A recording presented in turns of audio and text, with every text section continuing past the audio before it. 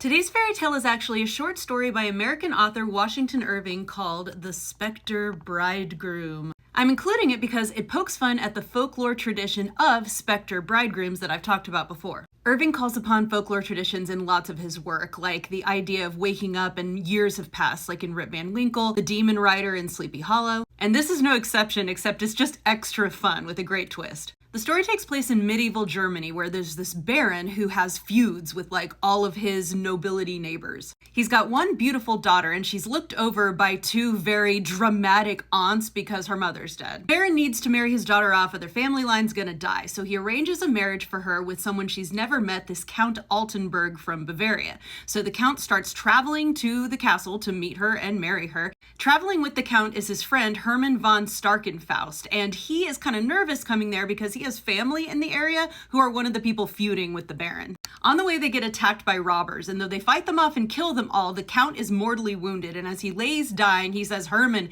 go to the castle and tell my bride I'm dead and that's why I can't make it."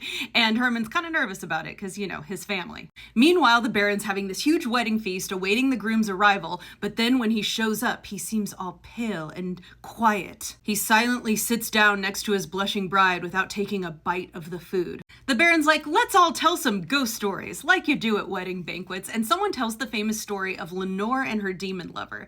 Now, some people say this is where the whole demon lover folklore thing comes from. The story is a German Gothic ballad about this girl who is impatient for her lover to return from war, so she begs God to bring him back and then starts cursing God. And her mother's like, "Don't do that." And she's like, "I'm gonna do it anyway." One night, William shows up at her door looking kind of creepy on a black horse and a helmet covering his face. He's like, "Come with me, I'm gonna take you to our marriage bed." So he puts her on his horse and they ride off super fast into the night. Turns out the marriage bed, though, is the grave where William is lying, because William is dead. And then the rider takes off his helmet and it's Death himself. He shuts Lenore away in the moldering grave as her punishment for cursing God, and she dies. So after this story is told at the banquet table, the groom stands up and says, "I need to leave." And as he goes out, the Baron is like, "What's wrong?" And he's like, "I am actually a ghost bridegroom. I died, killed by robbers on the way here, and now I must go home to my bed with the worms." And then he leaves, and everyone's like, "Oh my God, how crazy." Like, they're terrified, but they kind of love it.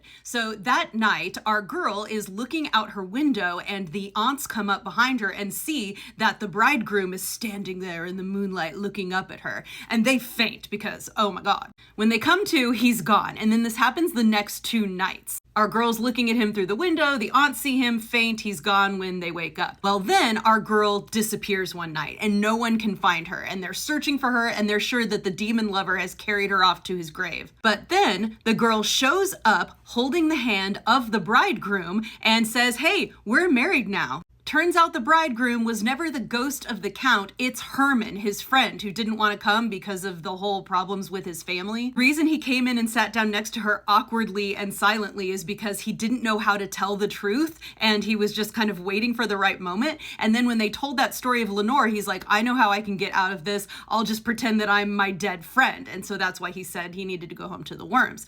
Well, he kept returning to our girl's window every night because when they were at the wedding feast together, he kind of fell in love with her. And so every time the aunts faint, she goes out the window to him, and they've been getting to know each other and falling in love these last 3 nights.